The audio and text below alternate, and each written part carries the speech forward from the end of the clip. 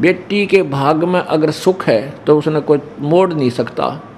और जहाँ हमारी बेटी, क्योंकि वो राम नाम पर लगी हुई है, भगवान की भक्ति कर रही है, चाहे किसी गरीब का ब्याह दियो, ब्याह तो वही होगा जहाँ मालिक ने लिख रखा, गरीब अमीर का तो रौला है को नहीं।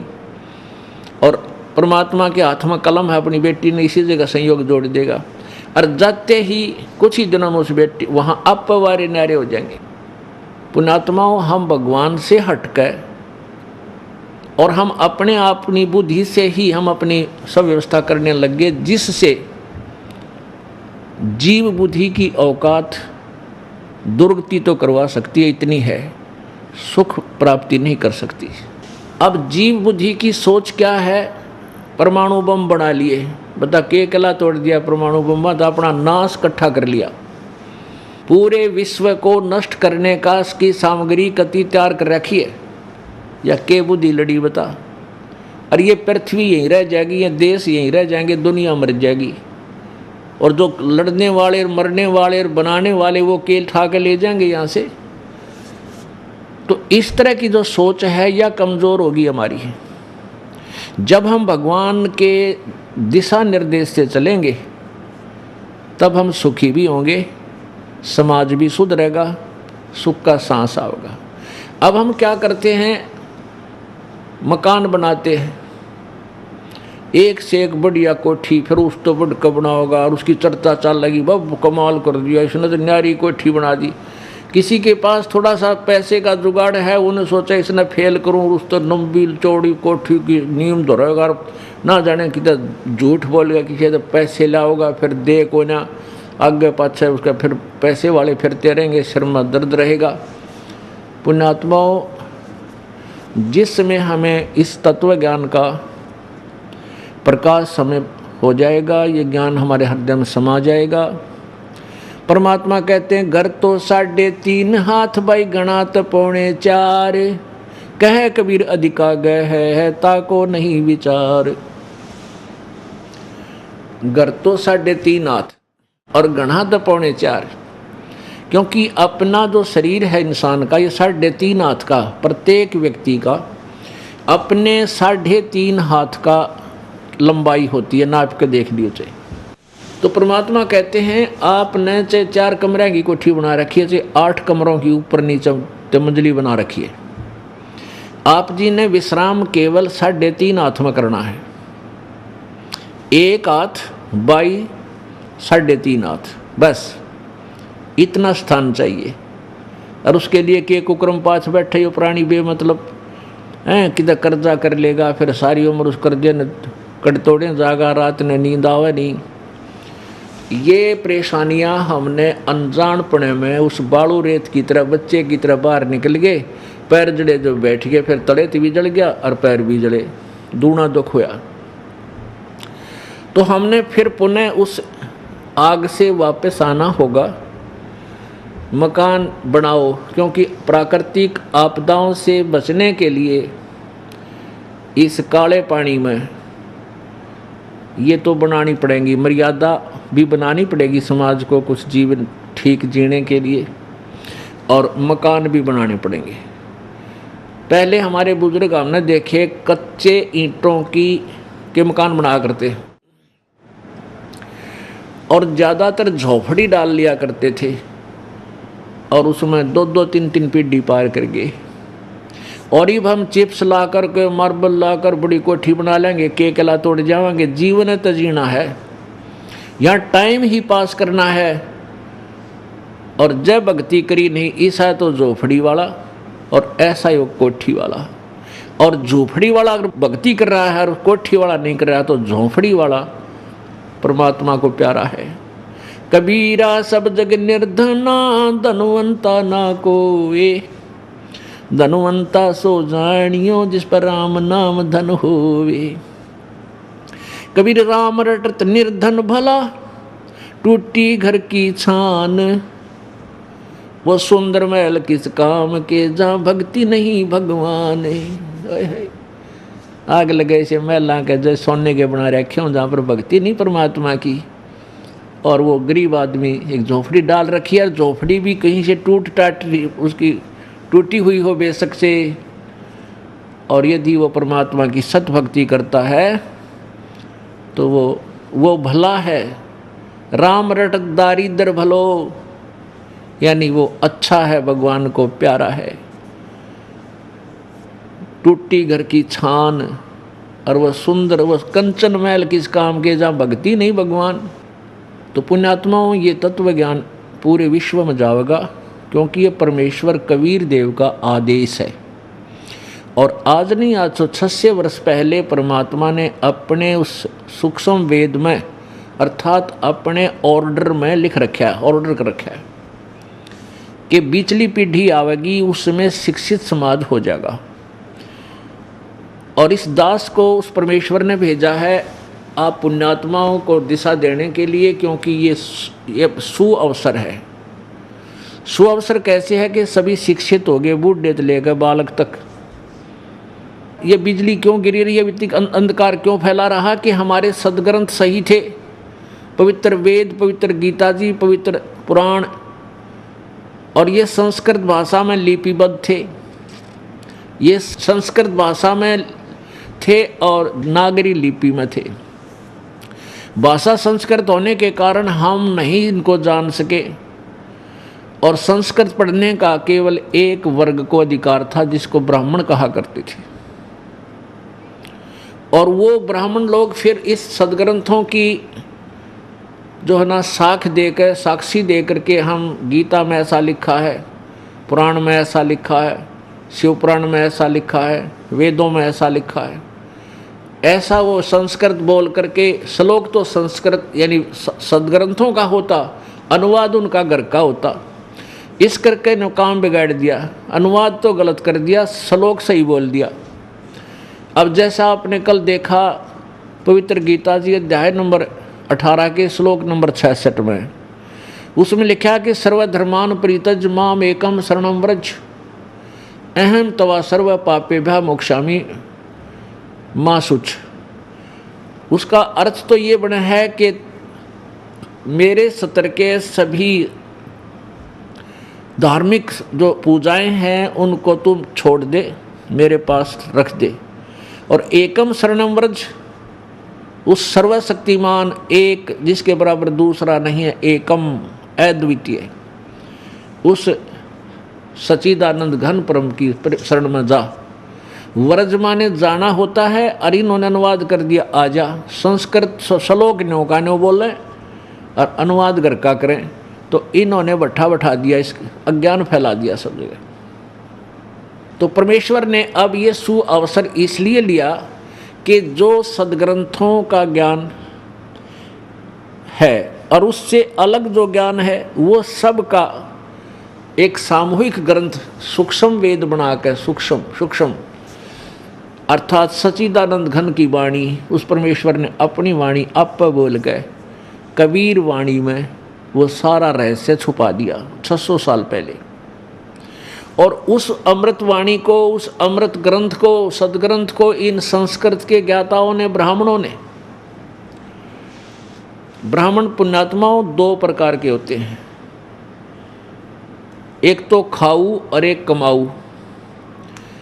अब जो खाऊ ब्राह्मण हैं वो आचार्य बने हुए हैं, जो उन्होंने बैठा कमाऊ ब्राह्मण हैं हमारे जैसे ही, वो तो मजदूर हैं, कोई खेती कर रहा है, कोई नौकरी करता है, कोई मजदूरी कर रहा है, वो ब्राह्मण नहीं। वो तो उस समुदाय में जन्म होने के कारण वह फीत ब्राह्मण की लाग रही है। तो वो जो ब्राह्मण हैं, जो खाऊ ब्राह्मण थे, वे उन्होंने केवल संस्कृत भाषा का पढ़ने का उद्देश्य यही रखा था कि हम दुनिया न लूटा, और उसमें वो सफल रहे अपने हिसाब से। लेकिन परमात्मा की दृष्टिकोण से उन्होंने अपना भी नाश किया और समाज का भी नाश किया। अपना नाश तो यूँ करा कि दुनिया को झूठ बोल के ठगे आज गधे बन रहे होंगे, किसी की भैंस बन गए होंगे, किसी का बैल बन कर पूरे कर रहे होंगे, वो खाली नहीं जा सकते। दुनिया को लूट कर, झूठ जाठ बोल कर जो पैसा उन्होंने लूटा था, वो तिल तिल का हिसाब देना पड़ेगा जीव ने। वो तो जहर खा के विष खाया उन्होंने अनजानपने में।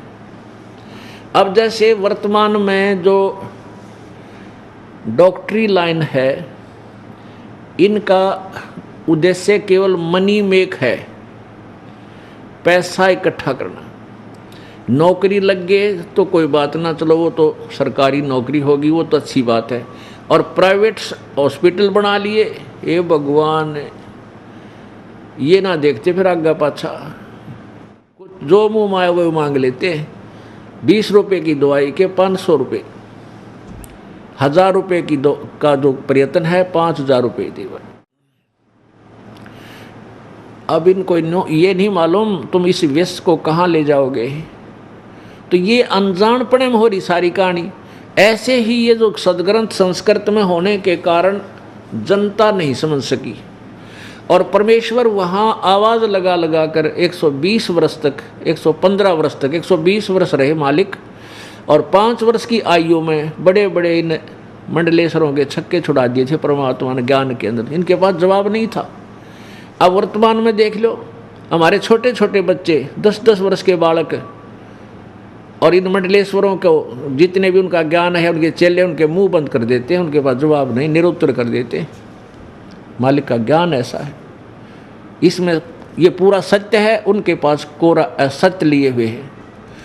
तो रोशनी के सामने अंधेरा रुका नहीं करता, रुक ही नहीं सकता, बट नेचुरल है। तो सत्य के सामने असत्य रुक ही नहीं सकती। तो इस दास की ड्यूटी लाइफ 600 वर्ष पहले परमात्मा ने यो ज्ञान अपना लिपिबद्ध करवा दिया, जिसमें सारे सदग्रंथों का ज्ञान है। और इन नकली ऋषियों ने और गुरुओं ने उसको रिजेक्ट कर दिया कि ये तो अनपढ़ था कबीर, क्या जाने सदग्रंथों के गुड़ रहस्य को, ये गरीब जुलाहा धानक है, कहीं पढ़ा भी नहीं है, और ये झूठ बोलता है कि वेदों और गीता में ऐसा लिखा है, ऐसा लिखा है। ये झूठा है, कपटी है। दुनिया उसके पीछे ला दी भगवान के, गाली दे मुंडा कहें, ये तो दुश्मन है। हिंदू तैन्यों कहीं हिंदू समाज का शत्रु है, हिंदू धर्म का दुश्मन है, और मुसलमान ने कहें मुसलमान धर्म का दुश्मन है। क्योंकि परमात्मा दोनों को ही खरी खरी सुनाया करते थे, सच्ची सच्ची सुनाते थे उनके उद्धार के लिए। और कहते हैं कहे भली माने बुरी, यह परीक्षा नीच। अब जैसे को उसके भले की कहता है वो उल्टा पड़ा है, कहते हैं ये निरीक्षण है कि कति नकम्मा आदमी है जो सच्ची भी ना मानता, दुष्ट है ये। तो ऐसा उस परमेश्वर के साथ हुआ।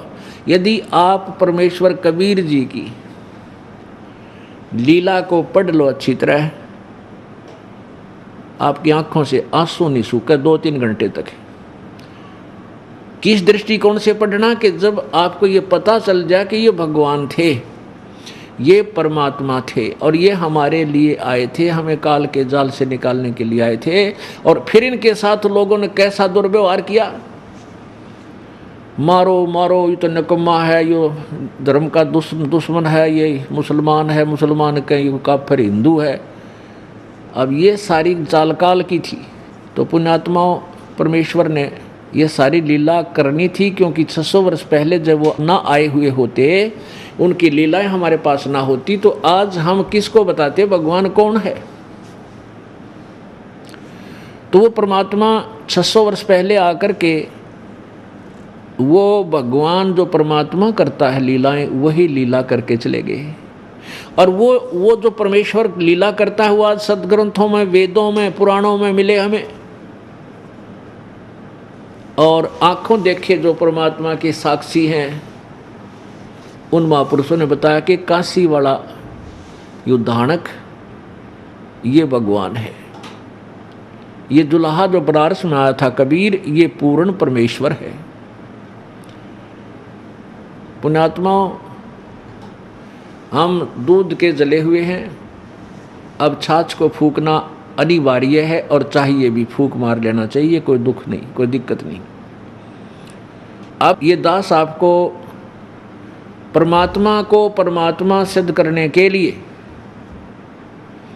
ढेर सारे उदाहरण प्रस्तुत करेगा, और वो ऐसे एग्जाम्पल होंगे कि इस मन को कहीं गुंजाइश नहीं रहेगी अग्रम अग्रम करने की, ऐसा नहीं वैसा नहीं। और इसी का नाम सतगुरु होता है, सच्चा गुरु होता है, तत्वदर्शी संत होता है, जो संशय खत्म कर दे, परमात्मा कहते हैं मां मुंडो इसे गुरु की जिस तरह संशय ना जाए, कि इसे संत ने तो छोड़ दे, तुरंत त्याग कर दे, जो संशय का निवारण ना कर सके। परमेश्वर का बनारस वाले, काशी वाले भगवान जुलाहा ये परम अक्षर ब्रह्म हैं, ये सिद्ध करने के लिए आपको उदाहरण देते हैं। एक तो उनके पैरेलल जो महापुरुष हुए हैं, उनके समांतर, उन्हीं समकालीन एक आध उदाहरण उनका देते हैं, उसके बाद उनके बाद का उदाहरण देते हैं। कबीर परमात्मा जी अपनी महिमा आप ही बताने के लिए स्वयं आते हैं और एक युग में एक ऐसी लीला जीवन करते, ऐसा जीवन जीते हैं जनसाधारण वाला, और अपना धंधा करके, काम करके वो अपना रोजगार करते हैं, जैसे जनसाधारण किया करता है उस समय का।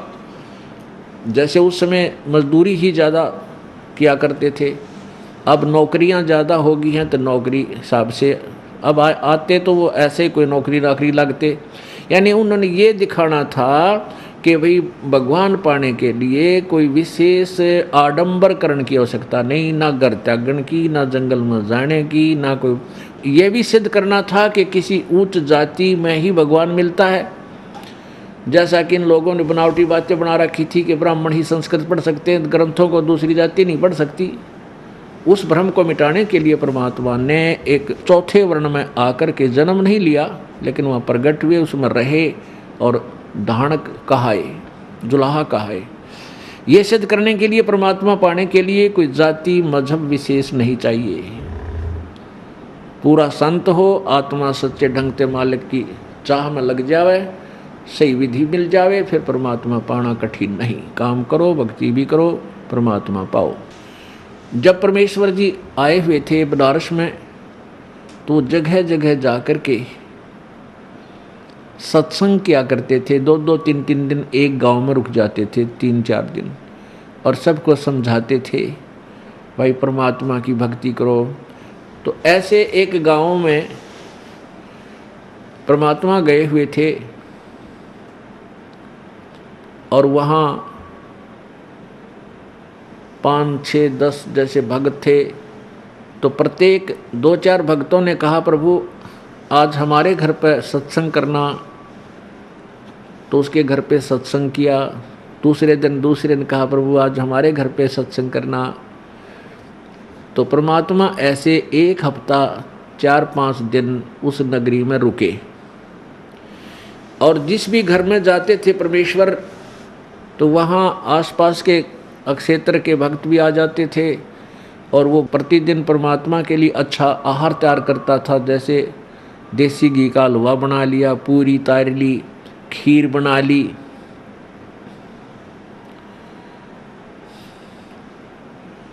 तो ऐसे उसी गांव का एक बहुत बड़ा किसान था, चौधरी था, मलूक राम, चौधरी मलूक राम। और उसने देखा कि वही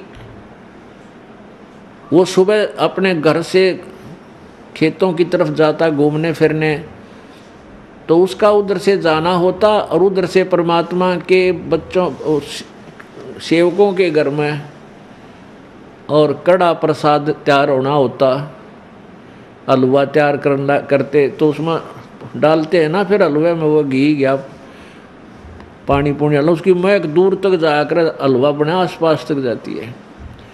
तो उसका वहाँ से गुजरना हुआ, किसका, मलोकराम का। उधर से परमात्मा के बच्चों के घर में वो हलवा तैयार हो रहा था, कड़ा तैयार हुआ है। एक दिन देखा उसने, दूसरे दिन देखा, तीसरे दिन तो उसने सोचा भाई वो के सौदा है, कोई ब्याह नहीं, कोई शादी नहीं, कोई त्यौहार नहीं जिस कारण से ये हलवे बनते हों। तो उसने पूछा रे क्या बात है भाई, यहाँ क्या हो रहा है। कल उसके घर में तड़क हो रहा था यो हलवे का सुरसराट सा, जिसमें आज इसमें क्या, उसने पूछा। वहाँ तो वो गरीब से व्यक्ति थे, आके कहने लगे चौधरी साहब हमारे गुरु जी आए हुए हैं, और ये प्रतिदिन एक के घर के सत्संग करते हैं, तो आदर सत्कार से हम अपने गुरु जी के लिए भोजन अच्छा बढ़िया बनाते हैं, आप भी आ जाओ, आप भी खा लो। वो कहने लगे, उसने सोचा यूँ कोई लुटेरा आ रहा है, वो ठेकेदार होया कि नहीं बेमतलब के। तो चौधरी साहब ने सोचा यूँ कोई बकवादी आदमी दिखा है और यहाँ बैठा अच्छे हलवे पाड़ा है और 40 ने धमका दूँ।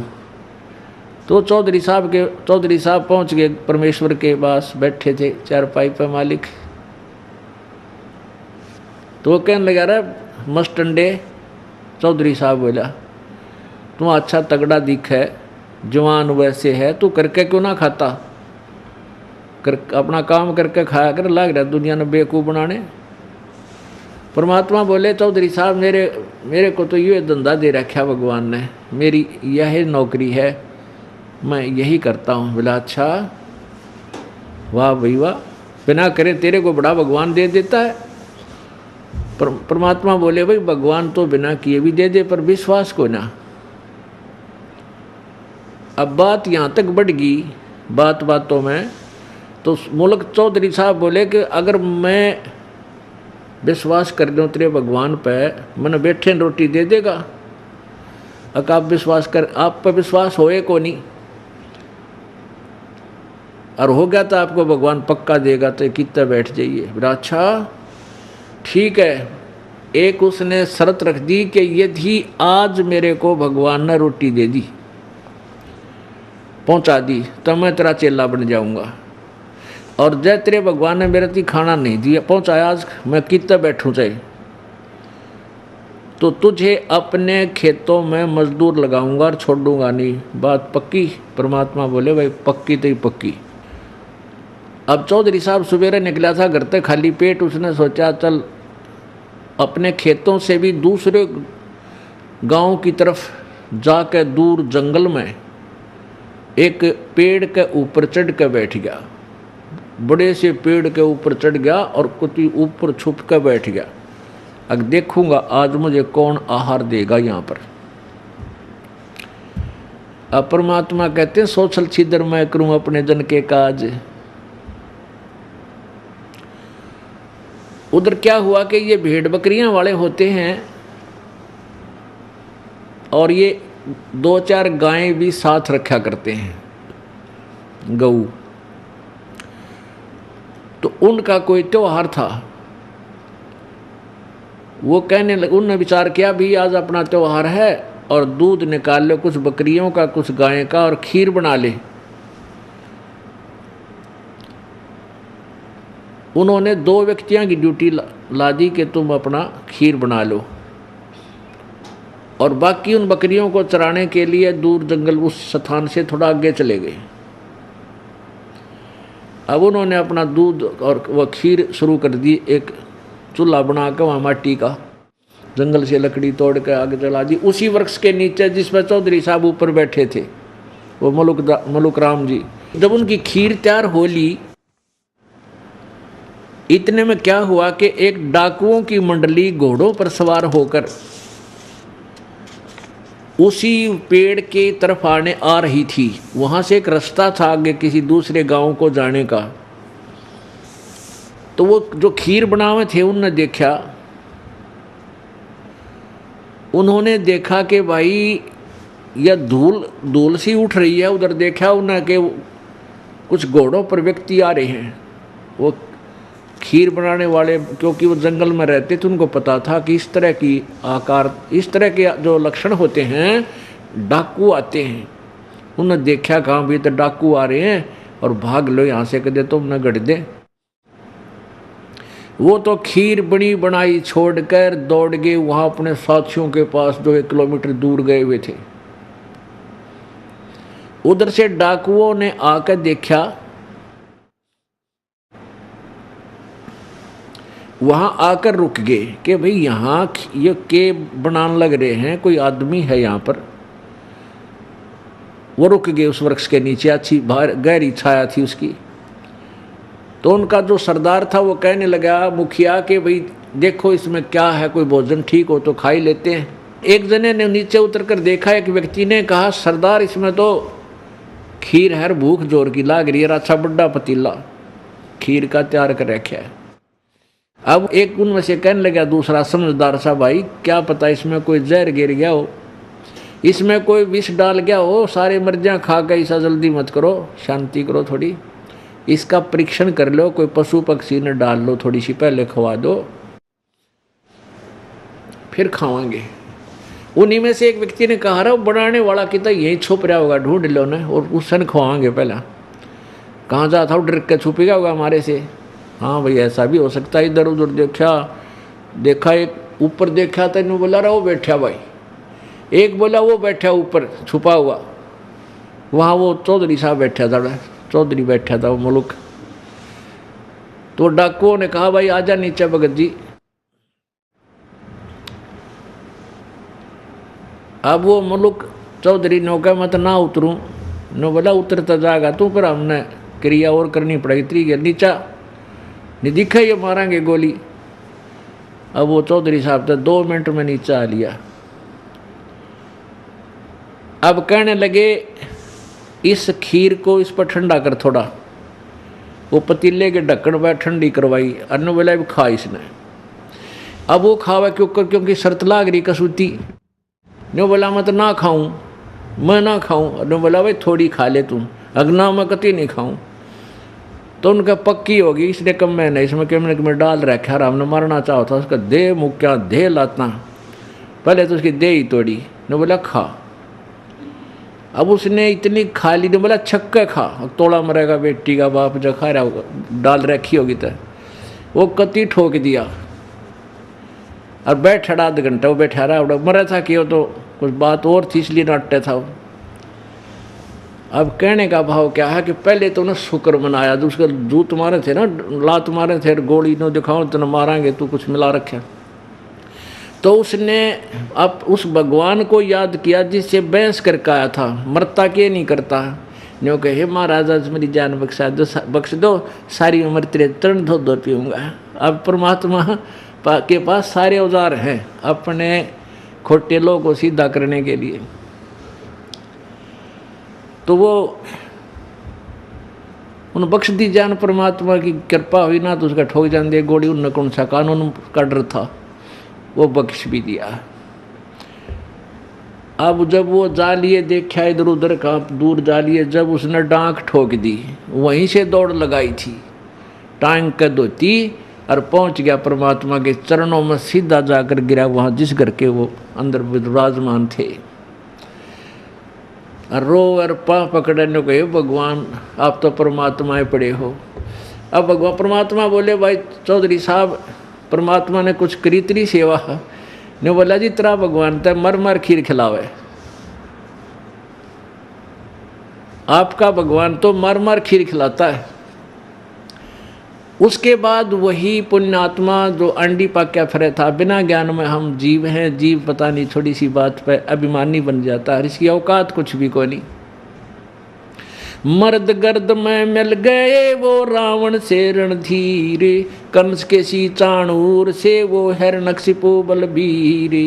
तेरी क्या बुनियाद है तू जीव जन्म धर लेत, गरीब दासरी नाम बिना तेरा खाली रह जा खेत।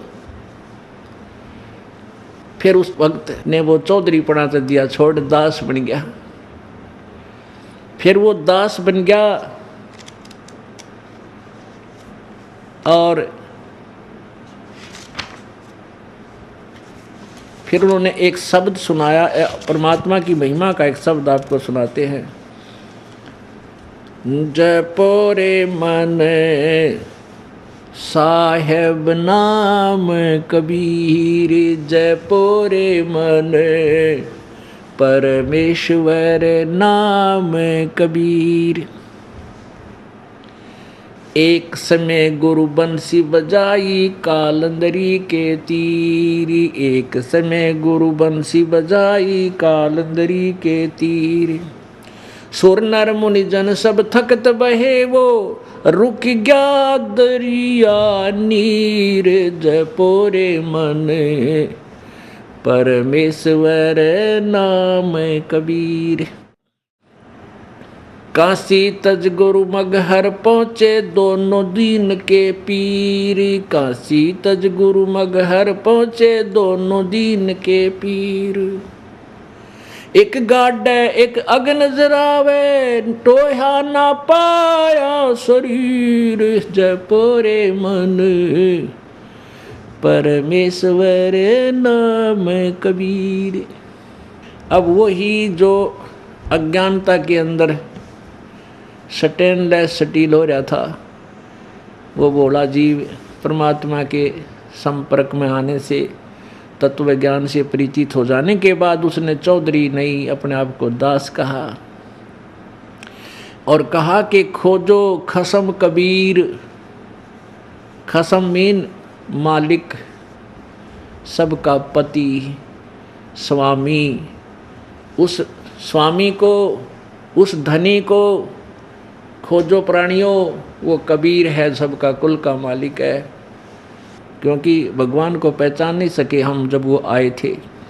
तो ये कहा करते थे बोले भगत नाम ले रहे परमेश्वर कबीर जी का, लाभ हो कबीर जी ते गुण गावा कृष्ण जी के। ऐसे उलझ पुलझ था अभी तक। तो नो कह ऐसे कहा करते थे, हे महाराज जी, नो कह भगवान कृष्ण ने बंसुरी बजा करते जब आसपास के पशु पक्षी भी आ जाते थे सब वहीं रुक जाते थे। कई बार उन्होंने सुना तो परमात्मा बोले भाई चलो एक दिन बंसुरी ये दास भी बजा के दिखाओगा तुमने उसी कालंदरी जमुना के तीर पर। जमुना के किनारे खड़े होके परमात्मा ने जब बंसुरी बजाई, कहते हैं पशु पक्षी छोड़ देवता भी आकर के न्यू आकाश मार्ग में से वहाँ आकर खड़े हो गए, ऐसे ऊंचे पर सबको दिखाई दे रहे। और जमुना का जल बर्फ की तरह वहीं सेट हो गया, वो भी रुक गया। अब वो मुल्कदास जी कहते हैं एक समय गुरु बंसुरी बजाई कालंदरी के तीर, और सुर नर मुरजन थकत बहे वो रुक गया दरिया नीर। पुण्यात्माओं देखो, परमात्मा प्रभु प्रभु मंत्र है, स्वामी स्वामी मंत्र है, राम राम मंत्र है। जैसे एक राम की क्या परिभाषा है,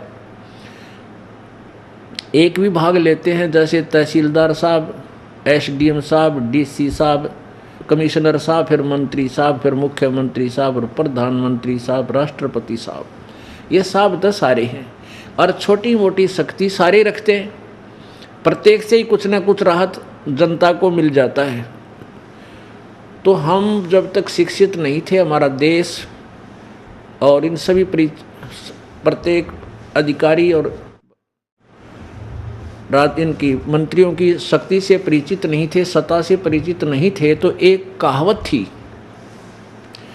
अंग्रेजों के टाइम में, क्या था, डिप्टी कमिश्नर आज जो सीएम पावर रखता है इससे भी ज़्यादा थी, क्योंकि तो गुलाम बना कर रखना था, बोला उसका लठ मरवा दे, किसी न जेल में ठोक दे, कोई टोकनिया नहीं था। तो डीसी बहुत बड़ी पावर पाकरी थी।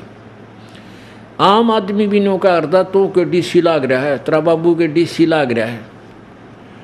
तो इतनी धारणा बनी हुई थी कि डीसी ने तो पता नहीं खुदा मान रहे थे, सबसे बड़ा अधिकारी मान चुके थे। ऐसी हमारी दंत कथा, अपनी सोच, क्षेत्रीय सोच थी, लोक वेद था वो। तो आज वर्तमान में जो आप जी का ज्ञान है भक्ति का, इस सत्र में है। हमने श्री कृष्ण उर्फ विष्णु जी यानी ब्रह्मा विष्णु महेश जी को सुप्रीम पावर मान रखा था। तो डीसी थे, ये सोच लो डीसी सत्र की पावर थी। एक समय एक बार मेरे ख्याल 5-6 वर्ष पहले की बात है, कोई मंत्रियों का घोटाला पकड़ेगा, मुख्यमंत्री का और सेंटर के मंत्रियों का। और उसमें ये पत्रकार जो लिखा करते थे मीडिया वाले कि ऐसा हो सकता है, उनको ये सज़ा हो जाएगी, ऐसा हो गया तो सिद्ध हो गया तो इनको इतनी सज़ा होगी। उसके ऊपर एक चुटकुला, एक कार्टून आ रहा था। एक ने पूछा, भाई नो सुना है कि ऐसे ऐसे घोटाला किया है उन्होंने, और जब वो सिद्ध हो गया तो उनको इतनी सज़ा हो जाएगी। तो दूसरा बोला कि भाई क्या यदि ये घोटाला इस तरह की गड़बड़ प्रधानमंत्री कर दे या राष्ट्रपति कर दे, क्या उसको भी सजा हो जाएगी? तो दूसरा उत्तर देने वाला बोला वह कि डीसी लाग रहे हैं, उनकी भी सजा हो जाएगी। कहने का भाव ये था उसने डीसी को तो प्रधानमंत्री से बड़ा मान रखा था।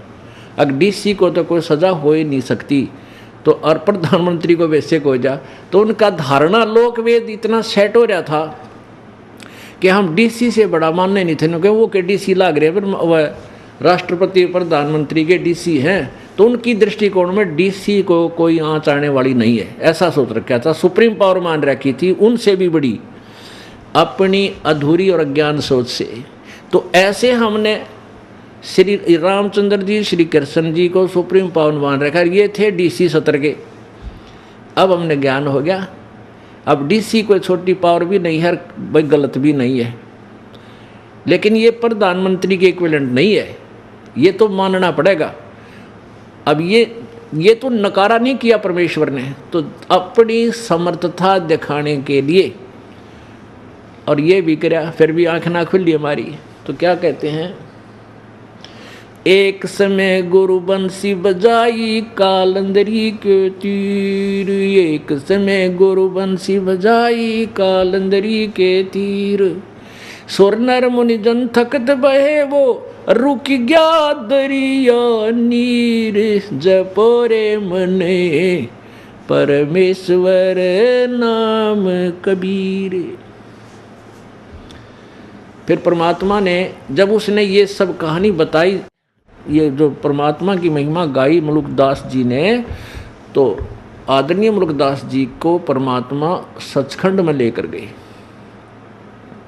सतलोक में लेकर गए अपनी राजधानी में, और वहाँ अपना वास्तविक रुतबा दिखाया कि मैं ये हूँ भाई, और तुम भोली आत्माओं को काल के जाल से निकालने के लिए मैं गुप्तचर विभाग की तरह रहा हूँ भाई, इन्हों सोच ले।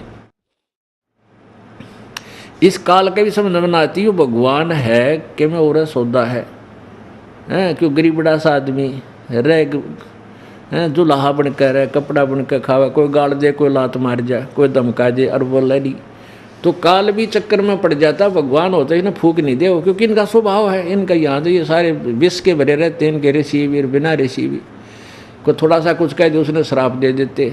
तो काल के मन में न्यू आया करती, यूँ भगवान कुकर हो गया, इसने कोई धमका दे, कोई खुरका दे, कुछ कहता है को नहीं। और यो गरीब आदमी आप पर रोटी बनाकर, आप पर कपड़े बनकर खाओ, भगवान कैसे हो गया? कोई सिद्धि शादी कर रखी होगी इसने। तो वो परमात्मा ऐसे तरीके से आता है, कोई उनको समझ नहीं सकता, लेकिन परमात्मा ने अपने को भगवान समझाने के लिए, अपने साक्षी बनाने के लिए स्वयं ही सतलोक दिखाता है, और वहाँ से बताता है कि मैं अब सारे ब्रह्मांडों का संचालन इस कुटिया में बैठ के, झोंपड़ी में बैठ के कर रहा हूँ।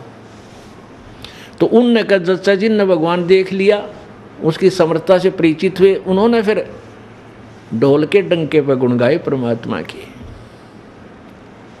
पुण्यात्माओं, परमात्मा पूर्ण ब्रह्म सतपुरुष कबीर साहब हैं, ये सारी सृष्टि के रचनहार हैं, कुल के मालिक हैं। एक गवाह तो उनके पैरेलल हो गया। इसी प्रकार उन्हीं के समांतर समकालीन आदरणीय नानक साहिब जी हुए हैं, जिनसे पूरा सिख समाज अपना मुखिया मानते हैं। इनको कबीर परमेश्वर जी सुल्तानपुर शहर, जहाँ श्री नानक जी की बहन नानकी जी का विवाह हुआ था, ये वहाँ अपनी बहन के घर पर रहते थे, और इनके बहनोई ने वहाँ सुल्तानपुर के नवाब के यहाँ नानक जी को नौकरी लगा रखा था। प्रतिदिन एक दरिया है वहाँ, बेई नदी बह रही है सुल्तानपुर शहर के साथ, वर्तमान में पाकिस्तान में है वो। तो वहाँ प्रतिदिन स्नान करने के लिए जाते थे नानक साहब जी। और क्योंकि पिछले जन्म की पुण्यकर्मी प्राणी थे, जैसे सतयुग में राजा अम्बरीश थे, तो भी भक्ति बहुत की इन्होंने, दान बहुत किए, नर्मात्मा थी। और फिर नानक जी हुए, जनक जी हुए, जो सीता जी के पिताजी कहलाए, उस समय भी इन्होंने बहुत दान धर्म किए, बहुत भक्ति की, जैसी इनको प्राप्त हुई। और वही आत्मा स्वयं एक नौकर बन गई। पहले राजा थे, और स्वयं नौकरी कर रहे थे, लेकिन भक्ति फिर भी छूट नहीं सकती आत्मा से। तो एक उस दरिया के किनारे बैठकर प्रतिदिन जाते थे, थोड़ी बहुत देर मालिक का सुबह सुबह आनंद लेते थे भक्ति का।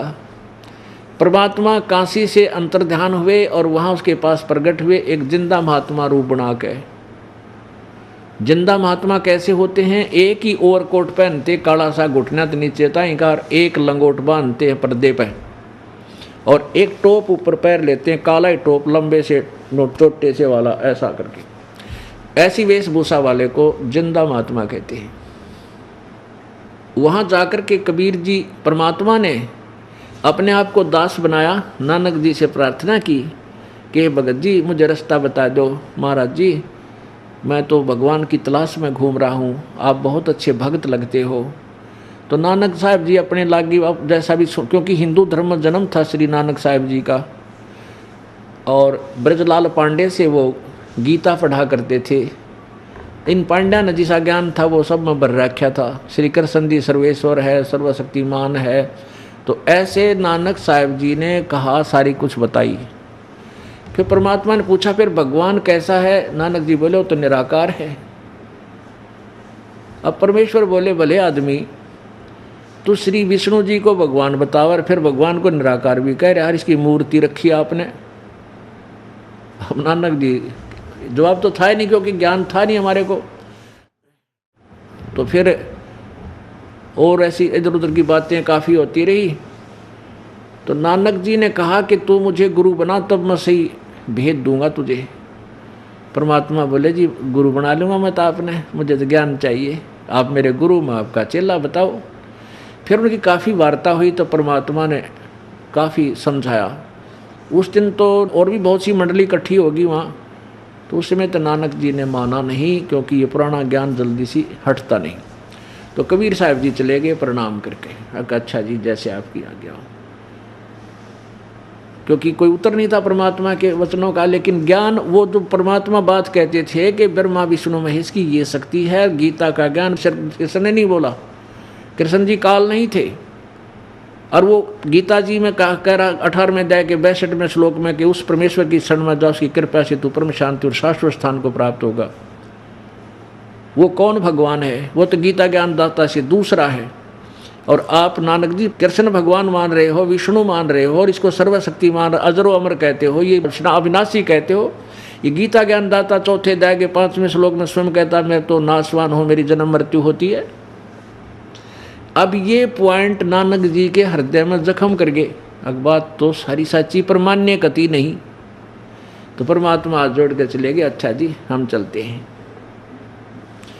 तब उन बैठे हुए वहाँ के व्यक्तियों ने पूछा कि हे नानक जी ये कौन व्यक्ति था जो आपको गुरुजी कह रहा था? नानक जी ने कहा ये कमीन जात का था, छोटी जात का जुलाहा दानक, बनारस से आया था, अपने आप को पता नहीं क्या समझ रहा था, मैंने इसके छक्के छुड़ा दिए। अब उन लोगों ने सोचा बिल्कुल ठीक है, नानक जी को तो वो बहुत अच्छे भक्त मानते थे, लेकिन नानक जी का हृदय जख्मी हो गया। भाई ये तो बात तो सारी सच्ची कहता, और मन ने अपने अभिमान वश मानना नहीं, क्योंकि पुण्यात्मा बाद में विचार करती हैं। उसी दिन से अर्ज करने लगे थे, हे प्रभु वो महात्मा एक बार फिर आवे, वो महापुरुष एक बार फिर आ जाए, मैं कति वाद विवाद नहीं करूँ, मैं सारी बात पूछूं। क्योंकि जिसने भगवान से ये वो तो सब कुछ त्याग देगा, जाति मजहब धर्म कुछ नहीं देखता, वो केवल परमात्मा देखता है, उसके पिछले पुण्य अधिक होते हैं। उनकी ऐसी जब तड़प होली 6-7 महीने के बाद परमेश्वर फिर प्रकट हुए, जैसे धर्मदास के पास गए थे जो खूब रुआ लिया, ऐसी दशा नानक जी की होगी थी। तब फिर उसी समय जब स्नान करने वो गए थे बेई नदी पर, सुबह सुबह वो दूर से आते दिखाई दिए परमात्मा उसी वेशभूषा में। नानक जी ने भी उन्हीं की तरफ जाकर और जैसे राम रमी करी। अब नानक जी कहने लगा भाई बैठ जा, कबीर जी कुछ बात करना चाहता हूँ। वार्ता हुई ऐसे ऐसे है, फिर सृष्टि रचना सुनाई परमात्मा ने। तो नानक साहब कहने लगे, भाई बात सुनो जी, मैं आपको जब मानूँ जब आँखें देख लूँ। अब ये तो विश्वास मेरा बनता रही। और परमात्मा चाह महीनों थे कि ऐसी पुण्यात्मा मेरे साक्षी बने। तो नानक जी ने कहा कि मैं इस दरिया में गोता लगाऊंगा और तू मुझे ढूंढ देना, मैं तुझे भाई भगवान मान लूँगा। परमात्मा बोले लगाते हैं।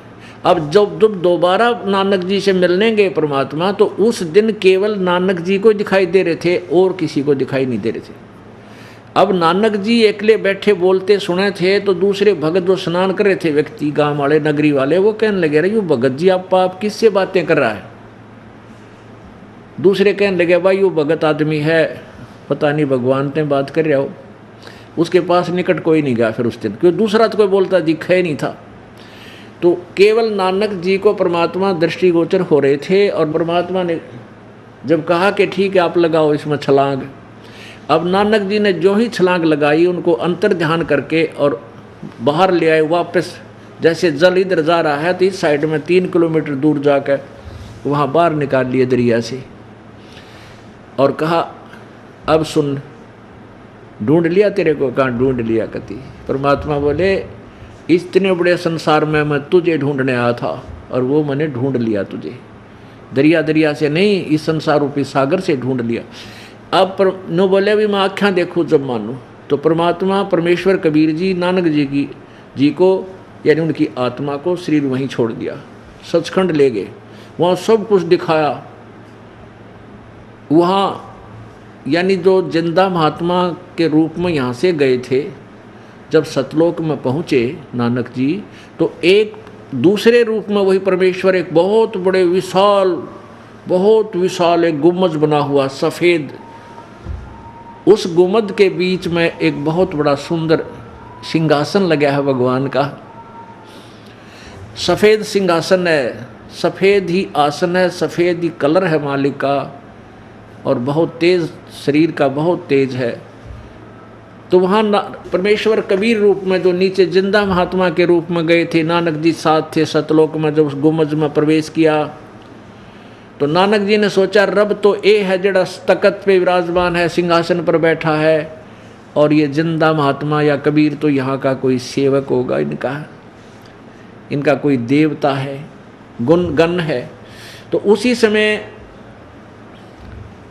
परमेश्वर कबीर जी जो नीचे से गए थे जिस वेशभूषा में, अपने ही दूसरे स्वरूप पर डबल रोल में ऐसे चंवर करने लगे। चंवर एक सफ़ेद सा होता है गाय के पूंछड़ जैसा, वो करने लगे, यानी आदर से सत्कार करने के लिए। अब नानक जी ने ये विचार किया, इतने में सोचा ही था कि ये कबीर तो नौकर है, भगवान ये है। इतने में क्या हुआ कि जो सिंहासन पर विराजमान थे भगवान, वो खड़े हुए, तेजोमय शरीर वाले, जिसके एक रोमकूप में करोड़ों सूर्य मिला दे, करोड़ चंद्रमा मिला दे, उससे भी अधिक प्रकाश, यानी इतना तेजोमय शरीर है प्रभु का, मनुष्य सदृश हैं। तो वो खड़े हुए और उस सिंहासन पर कबीर जी विराजमान हो गए, जो नीचे से गए थे वो वेशभूषा वाले। और वो दूसरा स्वरूप जो परमात्मा का स्वरूप नजर आता था, वो सेवा करने लगा उस जिंदा महात्मा की, दानक की, कबीर की जी की। अब नानक जी ने सोचा, भाई बड़ा करिश्मा, ये कि चक्कर हो गया, इस नौकर के ऊपर भगवान खुद सेवा कर रहा है, इसकी सत्कार कर रहा है। इतना सोच ही रहे थे कि वो तेजोमय शरीर वाला परमात्मा अंतर ध्यान होकर और कबीर परमेश्वर जो जिंदा महात्मा की वेशभूषा में तकत यानी सिंहासन पर बैठे थे, उस समय समा गए और चंवर अपने आप ऑटोमेटिक घूम रहा है। तब परमेश्वर ने कहा कि प्यारी आत्मा, तू सतयुग में राजा अम्बरीश थे और मैं तुझे इस नाम से मिला था, सत सुकृत नाम थे। आवे याद है? अकां जी आवे है, पर आपने मानी कती नहीं मेरी। कहते हैं, जो जन हमारी शरण है, ताका हूँ मैं दास, गेल गेल लाग्या फेरूं हूँ जब तक धरती आकाश। अब एक बार उस अम्बरीश रूप में जब नानक जी थे, उस समय कुछ दिन, क्योंकि धार्मिक व्यक्तियों का स्वभाव होता है, कोई भी संत साधु आ जाए उसके विचार भी सुनता है, जो वह कहता आज्ञा का पालन भी कर लेता है। तो कुछ दिन मालिक ने जो प्रथम उपदेश दिया था उसका नाम जप्या था इसने, और गुरु बना था। इतना भी ये ऋषि आगे नकली, क्योंकि वो क्या जाने, वो तो पाखंडी है, वो तो वामदेव नाम रखा था भगवान का, तो नाम वामदेव है, वो झूठा है, कपटी है, वो क्या जाने। तो राजा अम्बरीश को उन ऋषियों ने भ्रमित कर दिया और मालिक का नाम छुड़वा दिया था। लेकिन परमात्मा तो नहीं छोड़ता ना अपने बच्चे को। फिर बताया कि जब तू त्रेता युग में जनक रूप में था, उसमें मैं तुझे करुणा में नाम से मिला था और आपने मेरी बात को कति नकार दिया था। हाँ जी, कति वो, क्योंकि उस समय तो सारी रील दिखा रखी थी, भगवान ने मान गए, कहा मेरे से गलती होगी। और काल ने तुझे कैसे ठगा, रास्ते में 12 करोड़ जो आत्माएं चिल्ला रही थी, वहाँ तेरे पुण्य खत्म करवा दिए और एब तू नानक रह गया अकेला। अब आपके पास क्या बचा है, पुण्य स्वर्ग में खो दिए, अब राजा भी ना रहा, खुद नौकर लगे आप। इस काल ने मेरी आत्माओं के साथ ऐसे धोखा कर रखा है। अब वहाँ तो नानक जी समझ गए सारी बात, वह सच्ची बात है ये तो कति। फिर कहा कि मैं वर्तमान में बनारस में, काशी में एक जुलाहे की भूमिका कर रहा हूँ, दानक का काम करूँ हूँ, और वहाँ आ जाना, तेरे को सतनाम दूंगा और सतनाम से मोक्ष होगा। सतनाम 2 अक्षर का होता है। और वहाँ से फिर कहा कि वहाँ मैंने स्वामी रामानंद जी को गुरु धारण कर रखा है, क्योंकि कबीर जी के नाम से लोग कम जाने थे वहाँ की जनता, और स्वामी रामानंद जी को ज़्यादा जानते थे। रामानंद जी को भी परमेश्वर ने ऐसे ही सतलोक दिखाया था। तब रामानंद जी एक बहुत बड़े विद्वान ऋषि थे, बहुत गुण चेले बना रखे थे। जब उनको पता चला कि सचमुच मैं गलत कर रहा हूँ और परमात्मा का मार्ग मेरे पास नहीं है, मैं ऋषि रामानंद जी ने अपना सब साधनाएं त्याग दी और शिष्यों को कह दिया था कि मैं तुम्हारा गुरु नहीं हूँ, आज के बाद मेरे पास कोई मार्ग नहीं था। और परमेश्वर कबीर जी को उन्होंने गुरु मान लिया था अंदर से। लेकिन औपचारिकता से कबीर जी ने कहा कि नहीं, आप मेरे गुरु बने रहो, नहीं तो आने वाले समय में काल के दूतों का दाव लग जाएगा कि कबीर साहब ने कौन सा गुरु बनाया था, वो भी तो नुगरे थे। तो परमात्मा ने इस काल के जाल को पूरी तरह से फिनिश करना था, नष्ट करना था, कि इसका दाव फिर ना लग जाए। कहने का भाव ये है कि वहाँ से परमात्मा ने उनकी आत्मा वापस छोड़ दी। इस प्रोसीजर में 3 दिन और रात बीत गए। तीसरे दिन उसी समय सुबह सुबह नानक जी के शरीर में वो आत्मा प्रवेश कर दी और नानक जी वापस आ गए। और वहाँ के व्यक्तियों ने, उसकी बहन ने, बहनोई ने, सब ने मान लिया था कि वो तो डूब कर मर गए दरिया में नानक जी, क्योंकि नानक जी के जो जीजा जी थे, जो बहनोई थे, वो जयराम जी नाम था उनका, और सुल्तानपुर के नवाब से उनकी अच्छी उठ बैठ थी, मित्रता थी। तो नवाब ने भी जाल लगवा कर बहुत दूर तक ढूंढ लिया था। वह ढूंढे डाउन स्ट्रीम में और नानक जी का शरीर रखा अप स्ट्रीम में, जंगल में रख दिया कहीं एकांत स्थान पे, सुरक्षित रखे। उठ के फिर वो आए सुबह सुबह, सारे शहर में शोर मच गया, नानक जी जीवित हो गया, जीवित आ गया, जिंदा आ गया। उसी दिन से नौकरी त्याग करके कहाँ पहुँच गए? बनारस में ये खोज करने के लिए कि परमात्मा सचमुच है कि नहीं। वहाँ जाकर देखा एक झोपड़ी में जुलाहे का काम करते हुए परमेश्वर को। तब नानक साहब के खुशी का ठिकाना नहीं रहा और वहाँ देख कर कहने लगा, फाई सूरत मलुकी वेश, ए ठगवाड़ा ठगी देश, खरा सियाणा बहुता बार, ये धानक रूप रहा करता, आँखा में पानी भर लिया। बहुत गदगद आत्मा होगी। आसपास के लोग इकट्ठे हो गए, कहने लगे, अरे ये भगवान है, ये परमात्मा है, ये काशी के लोगों, ये भगवान आए। अब वो वहाँ के लोग व्यक्ति कहने लगे, ये पंजाब का आदमी आके यहाँ ये पागल हो गया है, इस आदमी ने भगवान बताओ है, रोजी रोटी तो इसके टाइम पर मिलती भी कोई ना, टूक भी ना मिलते इसको। अब परमात्मा बोले, भाई प्यारी आत्मा, लाल की परख जोड़ी कर सका है, ये जोड़ी को ना, इनकी बातों में मत आई। बोला जी तो बातें खत्म होगी, इनकी बातों में क्या हूँ, जब आँखें देख रहा, आँखों देख रखा आपको। अब ये वाणी परमात्मा के विषय में एफिडेविट गुरु ग्रंथ साहिब के प्रश्न नंबर 24 पर 24 पे लिखा हुआ है। और एक पन्ना नंबर 721 पे लिखा है, एक अर्ज गुफ्तम पेश दो तो दर कून करतार हक्का कबीर करीम तू बे ए परवरदिगार। आइए अब हम उन श्रद्धालुओं के अनुभव जानते हैं जो जगत गुरु तत्वदर्शी संत रामपाल जी महाराज जी से दीक्षा प्राप्त कर चुके हैं तथा उनके द्वारा बताए गए भक्ति मार्ग पर चल रहे हैं। नमस्कार जी। नमस्कार। क्या नाम है जी आपका? चंदन शाह। चंदन जी, आप कहाँ के रहने वाले हैं? दिल्ली सोनिया विहार। संत रामपाल जी महाराज से नाम दीक्षा आपने कब ली? 28 अगस्त 2017। चंदन जी, संत रामपाल जी महाराज की शरण में आने से पहले आप क्या भक्ति साधना करते थे? हिंदू धर्म में प्रचलित सभी देवी देवताओं की भक्ति किया करते थे। जैसे काली माँ की हम इष्ट मान के उनकी पूजा किया करते थे।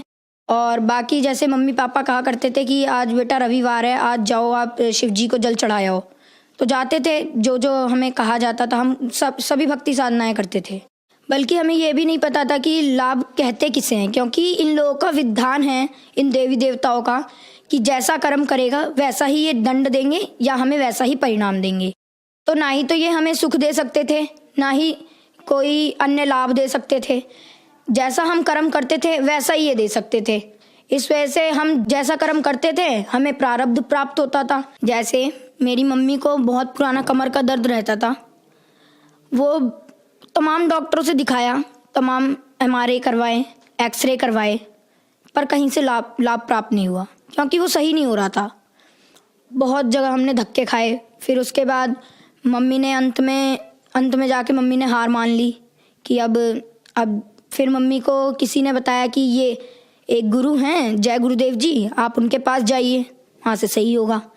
तो मम्मी ने उनसे नाम भी लिया, और लेकिन वो भी करते करते मम्मी को कोई लाभ प्राप्त नहीं हुआ। उनकी भी भक्ति मम्मी अभी तक करती आ रही थी। फिर मेरे मामा जी थे, और बाकी मेरे मामा जी के भूत भी लगा करते थे। हमारे भूत प्रेत की बाधाएं थी। हमारे घर में काफ़ी भूत प्रेत की बाधाएं थी, जिनसे हमारे घर में हमारे नाना जी ख़त्म हो गए, दादाजी, ऐसे करते करते हमारे सारे बुज़ुर्ग ख़त्म होते जा रहे थे। भूत प्रेत की ज़्यादा बाधाएं थी हमारे घर में। और बाकी मेरी बहन की तबीयत ख़राब रहती थी, काफ़ी कमज़ोर थी वो। उसकी कभी पैरों की नस चलने लग जाती तो उसे अस्पताल लेके भागना पड़े। हफ्ते में कम से कम 4 दिन तो अस्पताल में बीतते थे हमारे। बाकी मेरी भी तबीयत ख़राब रहती थी। मुझे अचानक से फीवर होता था और पता नहीं कब वो बढ़ जाता था, हाई लेवल पे हो जाता था। और संत रामपाल जी महाराज से जुड़ने से पहले मुझे टाइफाइड हो गया। टाइफाइड जो हुआ तो फिर मेरे को हाई लेवल का टाइफाइड हो गया। उसमें डॉक्टर के पास गए तो उन्होंने कहा कि उन्होंने मेरा खून जांच किया। सबसे पहले उन्होंने बताया इसका खून काला हो चुका है, अब ये जिंदा नहीं बच सकता, अब आप कहीं पे भी ले जाओ इसे, ये जिंदा नहीं बच सकता। हमें काली माँ की भक्ति करते हुए हमें कोई लाभ नहीं मिले। हमने उन्हें इष्ट रूप में पूजा, हमें कोई लाभ नहीं हुए, बल्कि हमें दिन प्रतिदिन नुकसान होती रहती थी। हमारी आर्थिक तंगी थी, काफ़ी फाइनेंशियल प्रॉब्लम थी हमारे घर में। तो जगत गुरु तत्वदर्शी संत रामपाल जी महाराज से जुड़ने से पहले हम जितनी भी भक्ति साधनाएं करते थे उनसे हमें कोई लाभ प्राप्त नहीं हुए। तो फिर इन सब परेशानियों के बीच आपको संत रामपाल जी महाराज की जानकारी कहाँ से मिली? हाँ, हमारे मामा जी आए थे हमारे घर पे, तो उन्होंने हमें ज्ञान गंगा पुस्तक दी। तो मेरे अंदर ललक आ गई कि अब ये ज्ञान गंगा पुस्तक है, इसे पढ़ना चाहिए, अच्छी ज्ञान की पुस्तक है। तो मामा ने कहा कि इसे ज़रूर पढ़ना। तो मैंने उसे 3 महीने में पढ़ी, और उसके बाद मैंने ज्ञान समझ के सदगुरु संत रामपाल जी महाराज के पास पहले मैंने अपनी मम्मी को भेजा कि मम्मी आप जाओ, नाम लेकर आओ, अगर आपको कुछ लाभ मिलता है तो मैं भी आपके साथ जुड़ जाऊंगा। तो फिर मम्मी ने वहाँ से नाम दीक्षा ली। तो मम्मी आई तो मम्मी के कमर का दर्द एकदम छूमंतर हो गया, जैसे ऐसा लग रहा था कि वो दर्द था ही नहीं उनके। और फिर मैंने सोचा कि जब मम्मी के सही हो गया तो मुझे भी सही हो जाएगा। फिर मैंने मम्मी से कहा मम्मी बस आप मेरे को नाम दिला दो। मेरे रीढ़ की हड्डी में उस समय बहुत दर्द रहता था, टाइफाइड की वजह से भूख नहीं लगती थी मुझे, तो रीढ़ की हड्डी में ज़्यादा पेन रहता था मेरे। मैं बेड पे पड़ा रहता था। और फिर जिस दिन नाम लेने जाना था 28 अगस्त को 2017 में, तो मैं उस दिन 5 किलोमीटर साइकिल अकेले चला के लोनी तक गया था। आप मानेंगे नहीं, मेरी तबीयत इतनी ख़राब थी, फिर भी मैं संत रामपाल जी महाराज से मैंने कहा अगर आप भगवान हों तो आप मेरे को अपने पास सही सलामत लेकर अपने पास तक पहुंचा दो, मैं आपसे ज़रूर नाम दीक्षा लूँगा। और फिर जब मैं वहाँ तक गया मेरे कमर का दर्द बिल्कुल ख़त्म हो गया नाम लेने से पहले। तो ऐसे करके हमने वहाँ पे सदगुरु रामपाल जी महाराज से नाम दीक्षा ले ली। चंदन, हमने सुना है कि संत रामपाल जी महाराज से नाम दीक्षा लेने के बाद श्रद्धालुओं को बहुत सारे लाभ प्राप्त होते हैं, तो क्या संत रामपाल जी महाराज से नाम दीक्षा लेने के बाद आपको भी कोई लाभ प्राप्त हुए? जी हाँ सर, हमें लाभ प्राप्त हुए। हमें सबसे पहले तो आध्यात्मिक ज्ञान पता लगा। हमें ये पता लगा कि आखिर सच्ची भक्ति क्या है, उसकी विधि क्या है। शास्त्र अनुकूल भक्ति प्राप्त हुई संत रामपाल जी महाराज से। उसके बाद हमें शारीरिक सुख भी मिले, आर्थिक सुख भी मिले। जैसे कि मम्मी के कमर का दर्द सही हुआ, बहुत पुराना दर्द। मैं भी अस्पताल में ही रहता था। हफ्ते के 4 दिन हमें अस्पताल दौड़ना पड़ता था, कैसे भी, किसी भी कारण। किसी को कुछ हो जाता था, किसी को कुछ हो जाता था। तो हमारे उन सब चीज़ों में फ़र्क आया। फिर हमने संत रामपाल जी महाराज से जब नाम लिया, उसके 15 दिन बाद हमारे घर में ऐसा माहौल बनने लग गया कि जैसे अब सुख ही सुख थे हमारे घर में, क्योंकि अब कलेश रहता नहीं था ज़्यादा, क्योंकि परमात्मा का ज्ञान सबको मिल गया था। इस वजह से ज़्यादा कलेश नहीं रहता था। पापा को काफ़ी ज़्यादा टेंशन रहती थी पहले, तो अब वो भी नहीं रहती थी। टेंशन इस बात की थी क्योंकि पापा के ऊपर कर्जा काफ़ी चढ़ गया था। तो अब संत रामपाल जी महाराज से जुड़ने के बाद पापा का कर्जा धीरे धीरे उतरता जा रहा है। और बाकी मेरी बहन जो तबीयत खराब रहती थी, उसकी काफ़ी कमज़ोर थी हमारे घर में सबसे ज़्यादा। जैसे मेरे को टाइफाइड हुआ था ना, उनसे पहले उन्हें चिकनगुनिया हो गया था, तो वो एडमिट थी अस्पताल में। हम संत रामपाल जी महाराज से इसी बीच जुड़ गए। तो हमने कह दिया कि आप डॉक्टर को कि आप इन्हें डिस्चार्ज करो, अब जो करेंगे हमारे संत रामपाल जी महाराज सही कर देंगे। एक रात में भगत जी आप मानेंगे नहीं, मेरी बहन सवेरे उठी, हमें उसे हर जगह ले जाना पड़ता था, कहीं पे भी जाती थी तो उसकी तबीयत इतनी खराब थी, चल नहीं पाती थी।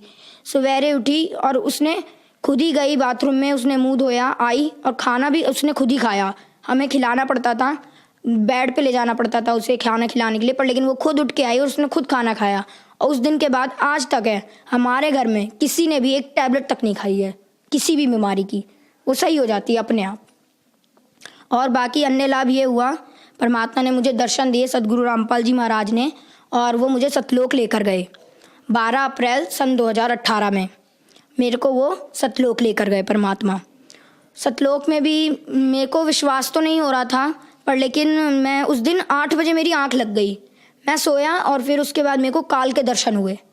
मैं काफ़ी डर गया। मैं 10 बजे उठा, 10 साढ़े 10 के करीब उठा मैं, और फिर उसके बाद मेरे को नींद नहीं आई 1:30 बजे तक, क्योंकि मैं काफ़ी डर गया था। मैं सतनाम का जाप करता रहा। मेरे को फरवरी में मिल गया था सतनाम का जाप, 25 फरवरी को, और मैं सतनाम का जाप करता रहा 1:30 बजे रात तक, करता रहा। ऐसे करते करते 1:30 बजे मेरे को अपने आप नींद आ गई। उसके बाद जगत गुरु तत्वदर्शी संत रामपाल जी महाराज ने मुझे दर्शन दिए। उनके मतलब उन्होंने जब दर्शन दिए तो उनके शरीर के आगे पीछे रोशनी सी चल रही थी, चक्कर सा था। तो उन्होंने क्या किया, उन्होंने ऐसे करके हाथ बढ़ाया, तो हाथ बढ़ाया, मैंने उनका हाथ पकड़ा, उन्होंने मेरे को खींच लिया। उन्होंने जो खींचा तो ऐसे लगा मैं जो उनके शरीर के आसपास की रोशनी थी मैं उसमें समा गया। अंदर जब गया तो मैंने देखा आत्माएं कहीं इधर उड़ रही हैं, कहीं इधर उधर मतलब विचरण कर रही हैं, और वहाँ का बहुत अच्छा मौसम, वहाँ ना ही सूरज ना ही कुछ, वहाँ वो प्रकाशित लोक था बस। वहाँ पे हर आत्मा के शरीर से रोशनी निकल रही थी। फिर मेरे को अंदाज़ा लग गया कि ये परमात्मा मेरे को सतलोक लेकर आए हैं। फिर उसके बाद संत रामपाल जी महाराज मेरे को सतलोक में मिले, और उन्होंने मेरे को जहाँ कबीर जी का आसन है वहाँ पर लेकर गए। वहाँ पर एक बहुत से बड़े गोमज में बीच में परमात्मा जैसे राजा होता है वैसे बैठे हुए थे सिंहासन पे, और उसके बगल में दरबारियों की तरह, जैसे हमारे संत गरीबदास जी महाराज, संत रामपाल जी महाराज, ये सब वहाँ पे अन्य रूप बना के बैठे हुए थे। रामदेवानंद जी महाराज, चितानंद जी महाराज, जितने भी गुरु हमारे गुरु जी से पहले हुए, संत रामपाल जी महाराज से पहले, वो सब दरबारी की तरह बैठे हुए थे वहाँ पे। मैंने कबीर जी को दंडवत प्रणाम किया। उतने में वहाँ पे एक आत्मा आई, तो कबीर जी ने कहा कि इन्हें ये नए मेहमान हैं, इन्हें सतलोक घुमा दो। तो फिर उन्होंने मेरे को एक यान दिया। यान के अंदर हम जा रहे थे, हम दोनों, वो आत्मा भी थी मेरे साथ, वो लेकर जा रही थी। तो एक पहाड़ था, पहाड़ के बीच से वो मुझे निकाल रही थी। मतलब 2 पहाड़ थे, उनके बीच में बिल्कुल गैप नहीं था कि हमारा यान निकल सके। तो मैंने कहा कि आप मुझे मत निकालो, मैं मर जाऊंगा, क्योंकि यहाँ गैप नहीं है, अब इतनी सी जगह में हम कैसे निकलेंगे। तो उन्होंने कहा बेटा यहाँ की कोई भी वस्तु नाशवान नहीं है, ये अमर लोक है, अविनाशी लोक है। तो फिर इतना कहते ही पहाड़ के बीच से हम निकल गए। और जब मैंने आंखें मींच ली, मैं काफ़ी डर गया था। फिर मैंने जब आंखें खोली तो हम पहाड़ को पार कर चुके थे और मुझे कुछ भी नहीं हुआ था। तो फिर उन्होंने मेरे को ऐसे करते करते मेरे को उन्होंने एक वहाँ पे दूध की नदी बहती है वहाँ पे लेकर गए। तो मैं उसे वो आत्मा तो पी रही थी पर लेकिन मैं पी नहीं पा रहा था उसको। फिर संत रामपाल जी महाराज वहाँ पे दर्शन दिए उन्होंने मेरे को। संत रामपाल जी महाराज के रूप में कबीर जी आए थे वहाँ पे, उन्होंने मेरे को दर्शन दिए और उन्होंने मेरे को फिर अपने हाथों से दूध पिलाया। बहुत अच्छा लगा मेरे को, बहुत अच्छी फीलिंग आई वहाँ पे। मैंने कभी सोचा भी नहीं था कि संत रामपाल जी महाराज इतनी ऊंची शक्ति के हैं। और उन्होंने मेरे को वहाँ पे पूरा सतलोक घुमाया। जैसे धीरे धीरे करके वो मेरे को लेकर गए, उन्होंने कहा बेटा देखो ये जगह है, ये जगह है। और यहाँ पे इस फलदार वृक्ष थे, वहाँ पे काजू किशमिश लगे रहते थे। तो मेरे को बीच में भूख लग गई। मैंने कहा संत रामपाल जी महाराज गुरुजी मुझे भूख लग रही है। तो उन्होंने क्या किया कि उन्होंने एक हाथ यूँ किया और एक हाथ इधर किया। तो इसमें एक कटोरी आई, उसके अंदर खीर भरा हुआ था और इधर पानी का एक गिलास आया और मैंने उसे खा लिया। फिर मेरा पेट भी भर गया। उसके बाद फिर मैंने कहा गुरुजी अब मेरा यहाँ से जाने का मन नहीं कर रहा है। संत रामपाल जी महाराज से कहा मैंने।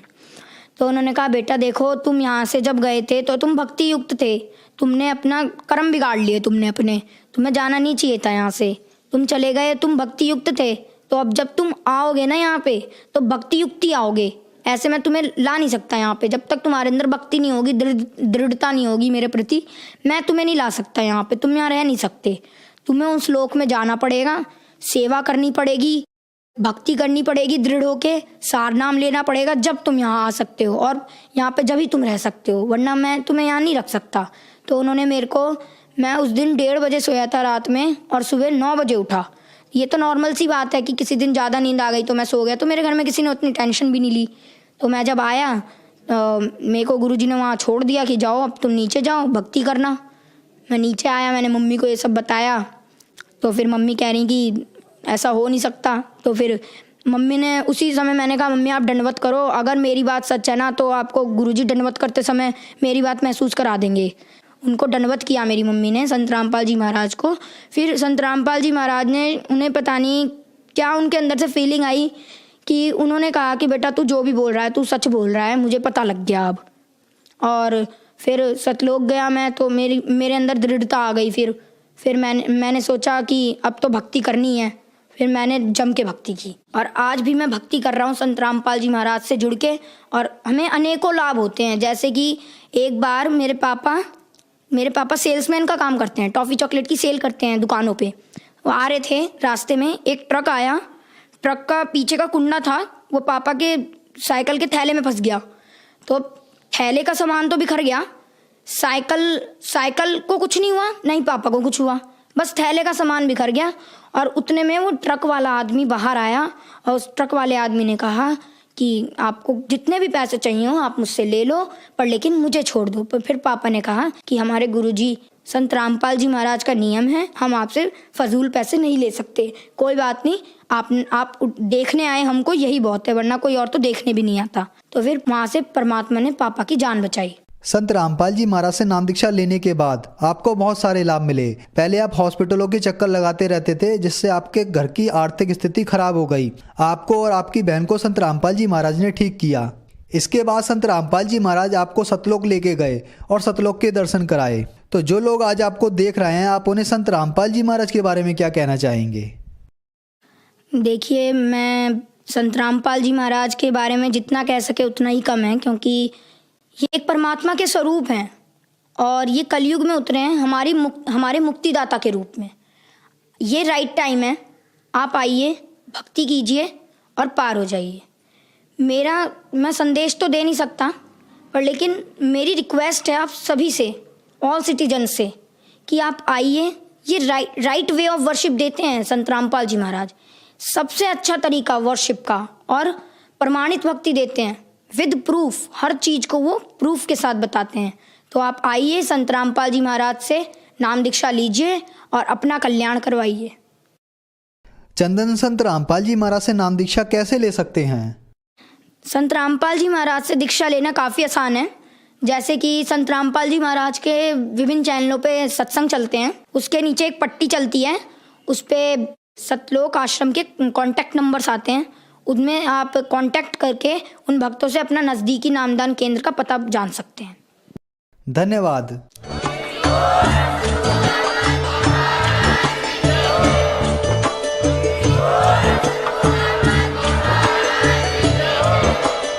आप सुन रहे थे जगत गुरु तत्वदर्शी संत रामपाल जी महाराज जी के मंगल प्रवचन। अधिक जानकारी के लिए विजिट कीजिए हमारी वेबसाइट www.jagatgururampalji.org। संत रामपाल जी महाराज जी के शुभ आशीर्वाद से पूरे विश्व भर में 500 से भी ज्यादा नाम दीक्षा केंद्र हैं, जिन पर संत रामपाल जी महाराज जी द्वारा ऑनलाइन निशुल्क नाम दीक्षा दी जा रही है। अपने नजदीकी नाम दीक्षा केंद्र का पता करने के लिए संपर्क करें 8222880541।